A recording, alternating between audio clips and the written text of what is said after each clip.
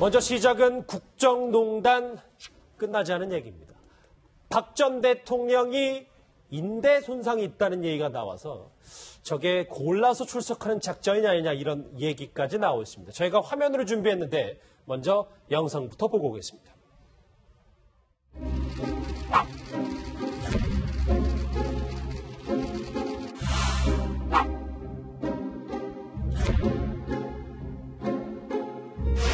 건강이 안 좋아지셨다는 그런 소식 때문에 부신 기능 저하증 지병이 있으셔서 대통령께서 호르몬상의 균형이 좀 깨어져 있고 부신기능 저하증이라는 증상이 의심이 되고 사용하신 약물들이 거기에 도움이 되는 사항이라면 그렇게 이해도 되겠네요. 그것을 말씀드릴 수 없습니다. 그런 범주 안에 속할 정도는 아니셨기 때문에. 비록 부신기능 저하증은 아니지만은 거기에 근접된 지표가 뭐가 나왔다 그 말씀이 좀 이해하면 됩니까? 그 분이 어떤 노화 과정이라든가 어떤 만성 피로 같은 게 있으면 그것을 우리 몸에 있는 에너지 대사를 활성화시켜주는 그런 비타민과 이런 치료를 하는 게 제 전공이라서 그렇게 처방하였습니다.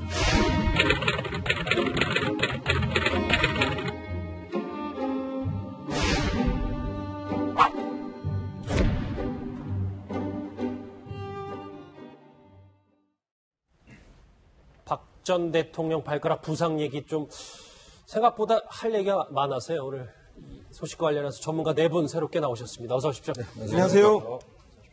먼저 지금 화면으로 봤고 주제라도 살펴봤는데 오늘은 나온다고 했었던 박 전 대통령이 또 발가락 부상 이유를 대고 일단 또 안 나왔습니다. 이현정 의원님. 이 정도는 배경이 어떻다고 보세요? 그래서 일단 액면 그대로 보자면 이제 그 발가락 부상이 예상보다 좀 심하다는 걸로 좀 해석을 할 수 있을 것 같아요. 지난주 금요일 날 일단 그 발가락을 다쳤다고 합니다. 왼쪽 4번째 발가락에 이제 원래 조금 좋지 않았는데 일단 이 발가락에 조금 그 앞에 부딪히면서 발가락 통증이 심하고 또 이 신발을 신을 수가 없어서 그러니까 어제 그 재판에 못 나왔지 않습니까? 근데 일단 변호인 같은 경우는 사실 오늘 재판 정도는 나올 것이다라고 이야기를 했었는데 지금 오늘 재판도 못 나온다라고 이야기하는 걸 보면 의외로 좀 부상이 심각하지 않은가 하는 좀 생각 들어요. 왜냐하면 지금 재판이 한 40 몇 번째 지금 진행되고 있지 않습니까? 이제 그런 상황에서 이번 주 재판 같은 경우에 굉장히 중요한 인물들이 이제 정인 나옵니다. 그렇죠. 사실 어제 같은 경우는 이재용 부회장이 나왔고 오늘도 마찬가지지만 이 중요한 재판 자체가 진행되고 있는 상황에서 막상 박 전 대통령이 지금 나오지 않고 있는 상황이거든요. 그렇죠. 이럴 경우는 사실 재판이 상당히 연기가 될 수밖에 없는 상황 같아요. 또 지연될 수도 없고. 왜냐하면 지금 당초 신청한 증인들을 다 지금 불러올 수 있는 상황 자체가 안 됩니다. 그러다 보니까 이 어떤 아픈 것 자체가 의도적인 것이 아닌가라는 또 그런 해석도 나오는데 아직까지 이제 구치소 측에서는 큰 부상은 아니다 이렇게 일단 진단하고 있는 것 같습니다. 예, 실제로 백 변호사님 구치소와 박 전 대통령의 측의 입장이 약간 묘하게 다른 게 아파서 잠도 못 잘 정도다라고 말하는 반면에 치료는 필요 없고 가벼운 부상이다 이런 얘기를 하고 있어요. 지금 박 전 대통령 측 변호인단의 얘기는 지금 박 전 대통령이 법정에 나올 수 없을 정도로 상태가 심각하다는 얘기를 강조하고 있는 것 같은데 구치소 측이나 한웅재 부장검사의 얘기로는 사실 이 속의 숨은 뜻까지 보면 재판에 출석을 못할 정도는 아니다라는 취지의 얘기도 좀 섞여 있는 것 같아요. 그러니까 이게 문명이 박 전 대통령이 만약에 발가락을 심하게 다쳐서 정말 못 나올 상황이 된다면 그거야 어쩔 수 없죠. 그건 인도적 측면 때문에. 그런데 아시겠지만 그 구속기간 만료 10월 16일까지 선고가 나와야 되는 상황에서 지금 일주일에 4번 재판이 정상적으로 진행돼도 지금 나와야 될 증인의 숫자를 걸 감안하면 그 안에 과연 재판이 끝날 수 있을까에 대해 의문을 표시하는 경우가 많은데 오늘 박 전 대통령이 지금 2번 안 나오면 사실상 2번 기일을 다시 잡아야 되는 거랑 마찬가지가 그렇죠. 된단 말이에요. 그러다 보니까 일단 일각에서 바라보는 것처럼 박 전 대통령이 발가락 통증으로 도저히 법정에 못 나올 상황까지는 아님에도 불구하고 지금 계속 지연 작전 얘기들이 나오다 보니까 일정한 좀 의도를 가지고 있는 게 아니냐. 그리고 사실 발가락 통증이 어느 정도인지 제가 잘 모르겠습니다만 발가락이 아프다고 법정에 나오지 않는 경우는 제가 거의 본 적이 없거든요. 사실 일단 나오기만 하면 되잖아요. 나오기만 하면 그다음부터는 재판을 서서 받는 건 아니기 때문에 그래서 그런 면에서 보면 일정한 의도가 있는 게 아니냐라는 해석도 굉장히 많이 휠체어를 타거나 아니면 그렇죠. 들거 이런 것 어떤 방식으로 이제 나올 수는 있죠. 근데 이게 오늘까지 오늘 또 새롭게 나온 얘기가 이종수 쌤입니다. 4번째 발가락이다. 네, 맞습니다. 그리고 인대 손상도 있다. 그러니까 어쨌든 이 계속 공방이 있는 거잖아요. 그런 아주 세세한 측면까지. 네네, 그렇습니다. 그런데 이 네 번째 발가락에 대해서 굉장히 의혹을 제기하는 분들이 많습니다. 왜 하필 네 번째 발가락이냐? 엄지발가락이 가장 기니까 엄지발가락을 찧어도 더 많이 찧을 텐데, 확률상. 그런데 사실은 그건 제가 좀 해명을 할 수가 있습니다. 제가 사실은 네 번째 발가락이 자주 다치거든요.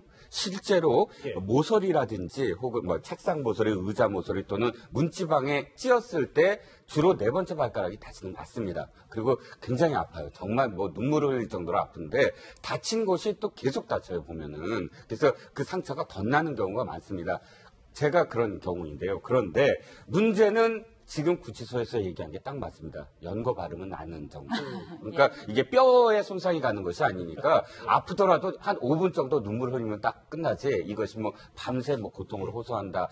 그럴 정도로 이 찧어서 아픈 정도는 제 체험으로서는 좀 아닌 것 같습니다. 예, 뭐 사실 양 박사님 이게 공감이 어렵다 보니까 일각에서는 증인이 누가 나오느냐에 따라서 출석을 골라서 하느냐 이런 지적과 함께 뭐 지연 꼼수냐 이런 지적들도 있어요. 두 가지 다 이겠지요. 지연 꼼수도 있고, 그 다음에 어제 이제 이재용 삼성 부회장 나왔었을 때 또 빠졌고 했는데, 아주 발가락에서 구체적으로 이야기를 하셨는데, 발가락을 찌면 순간적으로 아프지 계속해서 아픈 건 아니잖아요.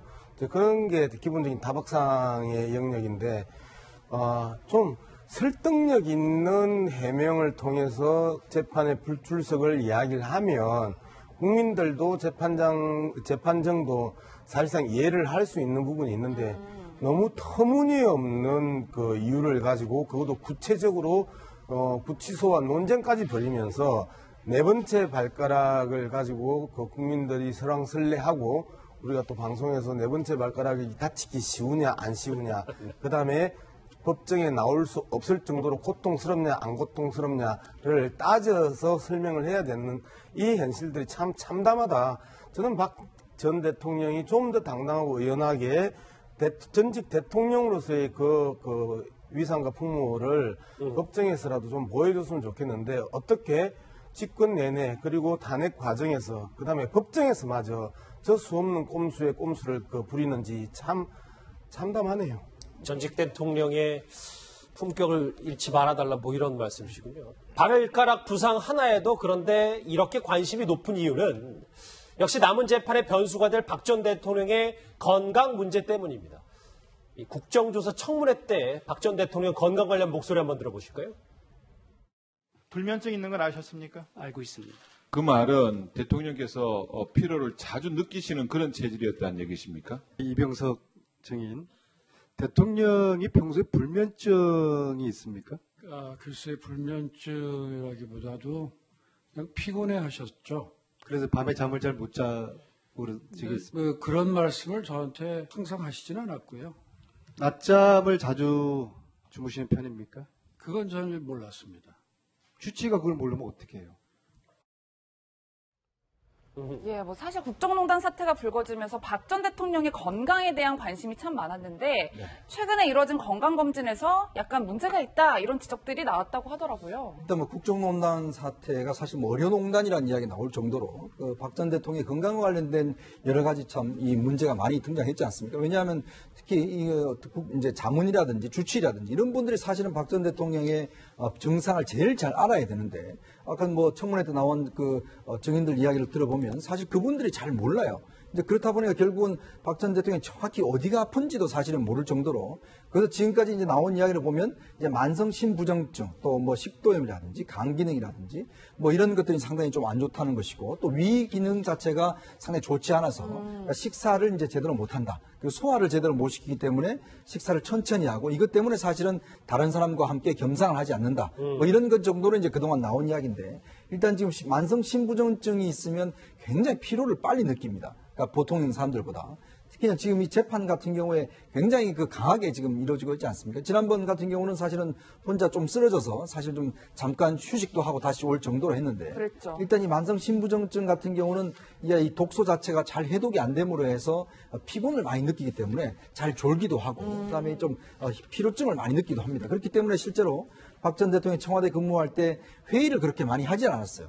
그리고 또 실제로 출근 자체도 그렇게 많지 않았고 계속 집에서 지낸 이유가 바로 저것 때문이라는 이야기가 있는데 실제 아마 구치소에서도 지금 재판이 계속 하다 보니까 또 거기서는 이제 청와대에서는 뭐 여러 가지 주사를 많이 맞았지 않습니까? 근데 지금은 사실은 그렇게 많은 주사를 맞지 않을 수 없는 상황이 되다 보니까 아마 이제 저런 진단이 좀 나온 것 같습니다. 이게 박 전 대통령 구속 만기까지 100일도 안 남았잖아요. 99일 남았으니까 구속 만기까지 얼마 안 남았는데 계속 건강 이상선을 불거지고 있고 박 전 대통령 측은 아프다는데 저렇게 교정당국 측은 기본적으로 특별히 이상이 없는 상태라고 하고 저희가 제일 혼란스럽잖아요. 사실 그건 교정당국 말을 믿는 게 맞죠. 교정당국이 직접 지켜보고 거기서 진단까지 다 하는 거니까요. 의무과장이나 이런 사람들이 실제로 진단을 다 한 상황에서 나온 얘기이기 때문에 일단 교정당국의 얘기를 신뢰하는 게 맞는 것 같고요.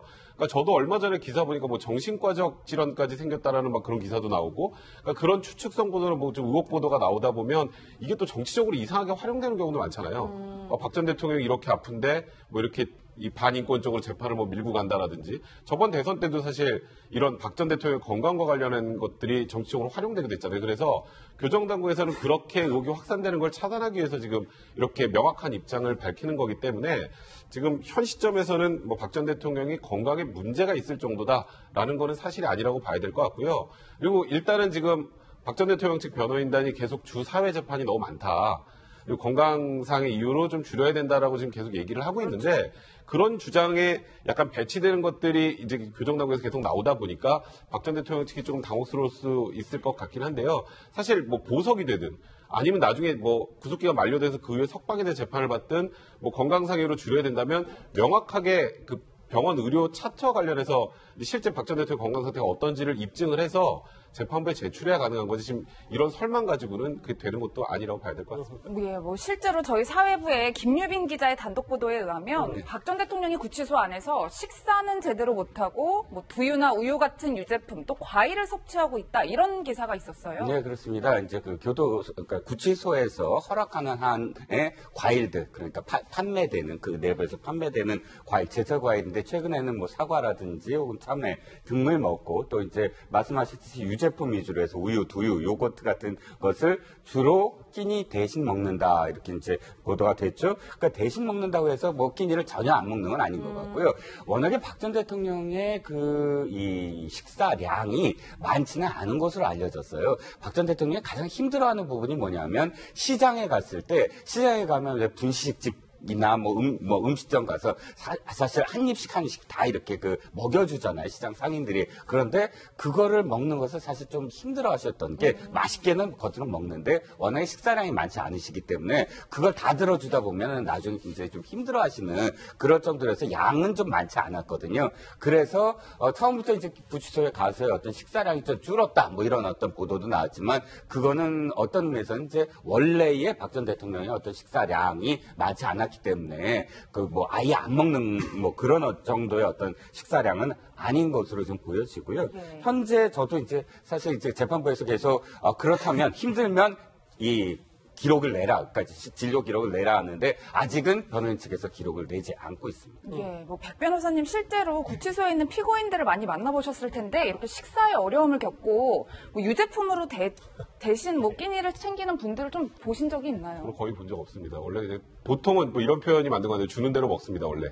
그런데 이제 박 전 대통령 같은 경우에는 어쨌건 그래도 전직 대통령이고 그리고 이게 아예 규정을 어겨가면서 이렇게 먹는 것까지는 아니니까 이거는 본인이 그렇게 원한다거나 그 식사를 아예 못하면 그거야말로 또 이제 인권 침해적인 소지가 있으니까 예. 그 한도 내에서 지금 이렇게 식사를 하시는 것 같은데 저는 그래요. 그러니까 박 전 대통령의 건강이상서로부터 오늘 법정에 2번 불출석하고 이런 과정이 물론 정말 아파서 그럴 수도 있는데 지금 여기 패널 분들도 그렇고 대부분의 생각들이 정말 휠체어를 타고 나올 수 있고 의지만 있다면 어떤 방식으로 나올 수 있는데 계속 무언가 재판을 지연하려는 그런 의도로밖에 보이지 않거든요. 그러니까 지금 전반적으로 보셨을 때 발가락 부상이든 그리고 그렇죠. 밥 대신 요거트로 끼니를 때우는 건 정말 다 정상적이지 않은 아주 이례적인 특수한 상황이라는 거죠. 근데 이제 결국 이 모든 게 구속기간하고 다 연관이 돼 있잖아요. 근데 구속기간이 만료되면 추가 기소를 띄울 게 없으면 풀어줘야 돼요. 구속기간 그렇죠. 만료가 되니까. 예. 99일 남았던데. 그러니까 10월 16일, 그러니까 10월 17일 0시가 구속기간 만료란 말이에요. 예. 그럼 16일 날까지는 선고가 나야 되는데 지금 현재 분위기로 봐서 4번을 다 출석을 해도 그때 끝날 수 있을 수 없이가 좀 애매한 상황에서 만약에 이게 계속 지연이 되다 보면 이제 구속기간 만료가 석방이 되면 이렇게 재판기를 자주도 못 잡습니다. 재판이 얼마나 늘어질지 예측도 안 돼요. 그렇기 때문에 전직 대통령으로서의 어찌 보면 저는 그게 최소한의 품격이라는 생각이 듭니다. 이 부분에 관련해서는 본인이 잘못한 게 없다면 법정에서 그런 부분을 해명해 나가는 것, 그게 진짜 전직 대통령으로서 해야 될 부분이 아닌가라는 생각이 좀 듭니다. 그렇죠. 네 분 말씀처럼 진짜로 이 건강 이상서를 카드로 박 전 대통령이 골라서 출석하는 작전을 쓰는 걸까요? 이 새로운 내용 하나가 들어왔는데 이제 박 전 대통령과 최순실 씨와의 관계에 대한 최순실 씨의 검찰 조사 진술이 하나 새롭게 나왔습니다. 먼저 과거에 박 전 대통령 언급했던 최순실 씨의 발언부터 먼저 들어보시죠. 어렵고 힘들 때 도와줘서 그 인연이 그랬고 또 제가 곁에서 떠나지 못했던 이유도 그 뭐 챙겨주실 분도 사실 뭐 옆에 다른 분들은 뭐 안팎에 다 계시니까 그렇지만 마땅히 없었고 또 본인이 필요한 이런 개인적인 거나 이런 걸 해주실 분이 없어서 정말 뭐라 그럴까 제 나름대로는 충신으로 남고자 이렇게 했는데 결국은 이런 오명을 쓰고 또 이렇게 무리를 일으킨 데 대해서는 정말 죄송한 마음이 듭니다. 네, 뭐 이 목소리는 울고 있었는데 실제로 검찰 조사 과정에서 밝혀진 내용에 따르면 최순실 씨가 대통령이 본인한테 너무 의존을 해서 힘들었다 이런 취지의 말을 했다고 하더라고요. 그러니까 이게 참 이제부터는 아마 자기들 이제 생존의 문제로 가는 것 같아요. 특히 이제 최순실 씨의 진술을 보면 박근혜 전 대통령을 못 뜨면서 보면 그동안 뭐 자기가 정말 잘 모셨던 것 같이 이야기를 하는데 실제로 검찰 진술에서 보면 박 전 대통령 너무 힘들었다. 이렇게 또 진술하고 그렇네요. 있습니다. 이게 왜냐하면 박 전 대통령이 자기는 원래 한 2, 3년 뒤에 독일로 이제 모든 것을 살림을 옮기려고 생각했었는데 박 전 대통령이 너무 자기한테 의존을 많이 했다. 그러니까 하루에도 몇 번씩 뭘 주면서 검토해봐라, 이해해라. 그것 때문에 자기가 너무 힘들어서 사실 곁을 떠날 수가 없어서 이렇게 됐다라고 이야기를 하고 있거든요. 근데 박 전 대통령은 뭐라고 그랬습니까? 진술을 통해서 아니 그 사람은 그냥 가끔 한 번씩 내가 그냥 했을 뿐이지 나는 그냥 일을 도와주는 사람이지 절대 내가 그렇게 한 사람이 아니다. 또 청와대의 모든 시스템이 갖추고 난다 하면은 그다음부터는 자문을 듣지 않았다. 이렇게 진술했지 않습니까? 그렇죠. 그러니까 정상반된 진술을 지금 두 사람이 하고 있는 것이거든요. 자, 웬만하면 어떤 면에서 보면 최순실 같은 경우는 정말 박 전 대통령을 위한다라면 모든 것을 이제 박 전 대통령한테 좀 맞도록 진술할 겁니다. 근데 지금 와서 진술하는 거 보면 박 전 대통령 때문에 내가 이렇게 힘들었다. 모든 것을 박 전 대통령이 했다. 이런 식으로 이제 모든 걸 박 전 대통령한테 떠넘기고 있는 상황이거든요. 그래놓고는 실제로 박 전 대통령이 미안하다, 눈물 흘리고 이런 모습을 보여주는 게 결국은 나는 살겠다. 왜냐하면 나는 어차피 여기서 오랫동안 있어야 되고 박 전 대통령은 사면되면 빨리 나갈 거 아니냐. 그래서 자기 생존적인 지금 진술을 하고 있는 것이 아닌가. 저는 그렇게 보여집니다. 국정농단 그 기간 동안 그러니까 결국 양 박사님 괴로웠다는 거 아니겠어요? 괴로웠다고 이야기를 했지요. 그런데 이제 지금 진술이 엇갈리는 이제 측면에서 두 가지를 볼 수가 있습니다. 하나는 박근혜 전 대통령하고 같이 앉았을 때의 진술과 그 다음에 따로 앉았을 때의 진술, 그 다음에 검찰에서 한 이야기들이 이제 각각 다른데요. 예를 들어서 미르재단과 K재단 이야기할 때도 박근혜 대통령은 앞서 말씀하셨던 것처럼 재단에 대해서 최순실하고 언론할 일도 아니고 사실도 전혀 아니다라고 이야기를 했는데 최순실 같은 경우에는 대통령이 내가 직접 나서는 거 싫어하기 때문에 잘 돌아가는지 체크해보라고 직접적으로 지시를 했다고 지금 이야기를 하잖아요. 근데 하나하나 충돌이 되는 과정에 있어서 박근혜 전 대통령이 최순실 씨를 공격할 수 있는 거리는 거의 없습니다. 나는 모른다 또는 나의 대화 파트너도 아니다. 정책을 논할 관계도 아니다. 사실상 나의 하녀와 같은 사람이었다라고 이제 계속해서 표명하려고 갈 가능성이 높고 그리고 이제까지 그렇게 해왔지만 최순실 입장에서는 적극적으로 박근혜 전 대통령이 나에게 어떤 지시를 내렸고 뭐를 했고 하는 부분들을 이야기함으로써 자신의 죄를 박근혜 전 대통령에게 이제 엎어 넘겨 씌우는 과정들이 이제 지속될 것이다. 그래서 구속 기간이 만료되면 만료될수록 선고 공판이 가까우면 가까울수록 아주 격렬한 상호 비방전이 일어날 가능성이 높다. 이렇게 볼 수 있겠지요. 지금이 2시 6분인데 2시부터 지금 보도가 시작된 것이 있습니다. 바로 감사원이 면세점 관련 조사 결과, 감사 결과를 발표했는데 평가 점수 잘못 산정해서 탈락할 업체를 선정했다. 또 있습니다. 저번부터 좀 핵심인 것 같아요. 박근혜 전 대통령이 면세점 신규 특허 발급을 지시했는데 여기에 롯데가 좀 관련이 된 것 같습니다. 이종우 실장님. 네네.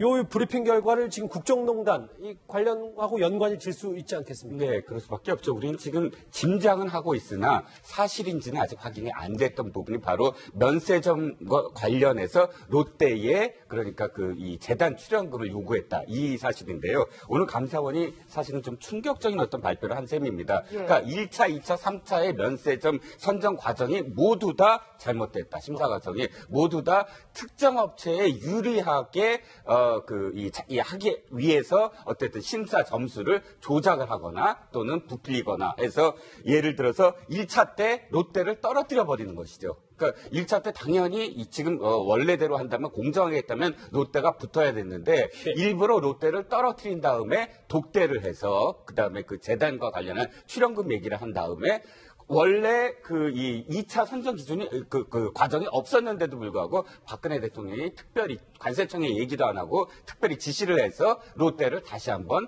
그 사업자로 선정하게 했다라는 것이 감사원 오늘 감사 결과로 공식적으로 발표가 된 것입니다.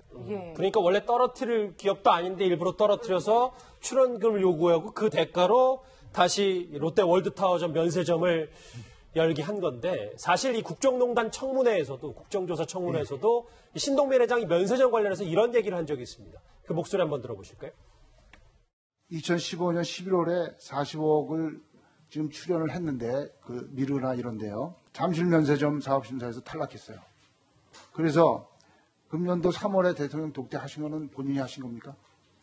예, 그렇습니다. 이런 과정을 거쳤는데 금년 12월에 관세청에서 그 면세점 다시 내주잖아요. 이번엔 받으실 것 같습니까? 12월에? 그거 제가 알지 못합니다. 받으실 것 같아요. 예. 저는 그렇게 봅니다.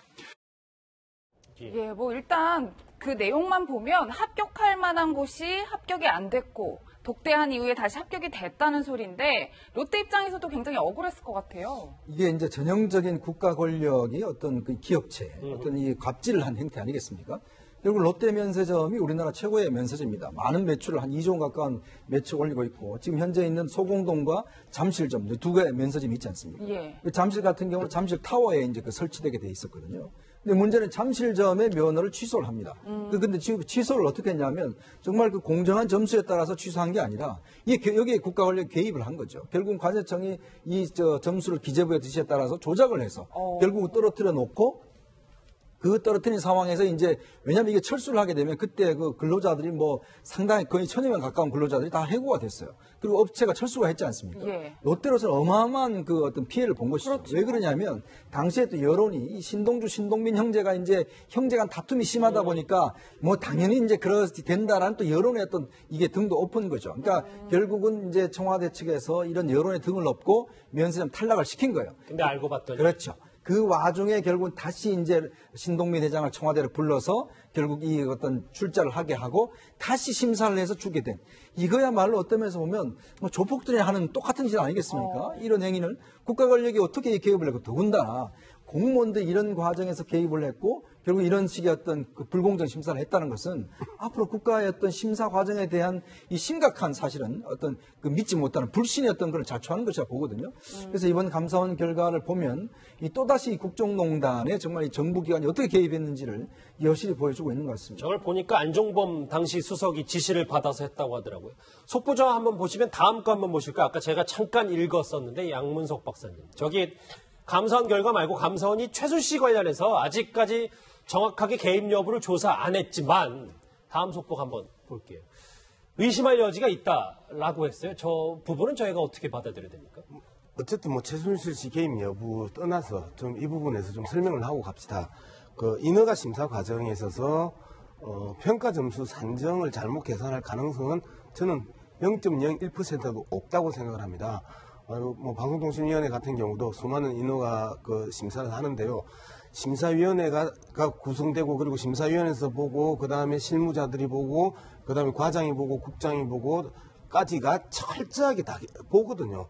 중간에서 그 왜곡될 가능성은 없다. 그러면 이제 그러니까 실무 담당자 선에서 조작될 가능성은 없다. 그러면 실질적으로 이제 그 대통령을 통해서 안종무 수석을 통해서 기재부를 통해서 관세청으로 내려왔는데 정말 기재부와 관세청의 그 공무원들, 이 결정 라인에 있는 공무원들이 정말 문제인 거죠. 자, 문화부 같은 경우에는 블랙리스트를 만들어라 할 때 거부하고 튕겨 나갔던 사람들이나 그다음에 그 정유라 문제도 그 제대로 보고했다가 참 나쁜 사람이라고 튕겨 나갔던 이런 영혼은 있는 공무원들이 있었습니다. 그런데 대부분의 공무원들은 이것들이 감사원에 감사가 들어오면 감사에 걸릴 건지를 대부분 알거든요. 그리고 그 부분에서 상당 부분 그 위의 지시에 대해서 그 버팁니다. 왜 그러냐면 이 권력이 지나가고 나면 결국은 그 파편은 자기가 맞는다라는 게 그 오래된 공무원들은 너무 많이 봐왔고 그리고 그렇게 해서 쇠고랑 차는 국장들, 과장들을 너무 많이 봐왔기 때문에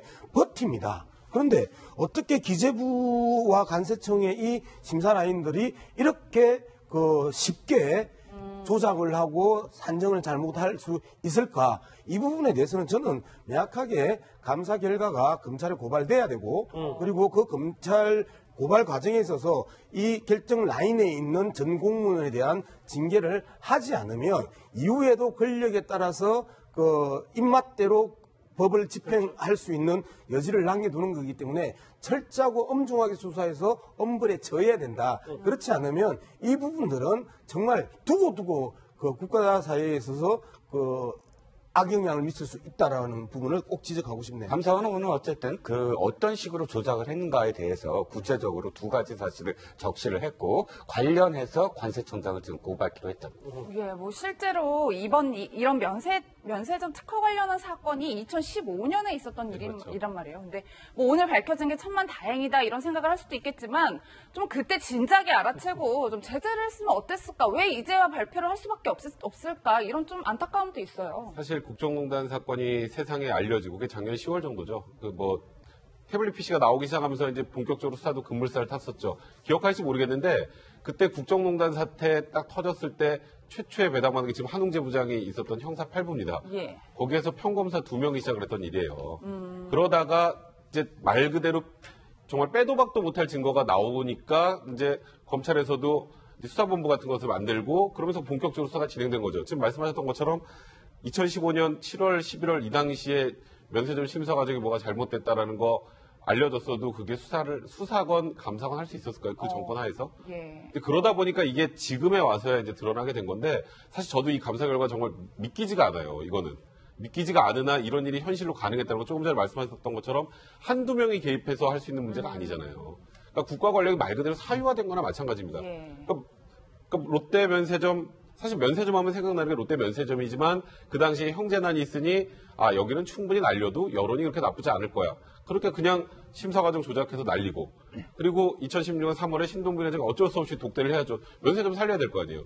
하니까 조금 전에 감사 결과 보신 것처럼 박 대통령의 면세점 사업 이거 특허 추가하는 거를 지시를 했다라고 하잖아요.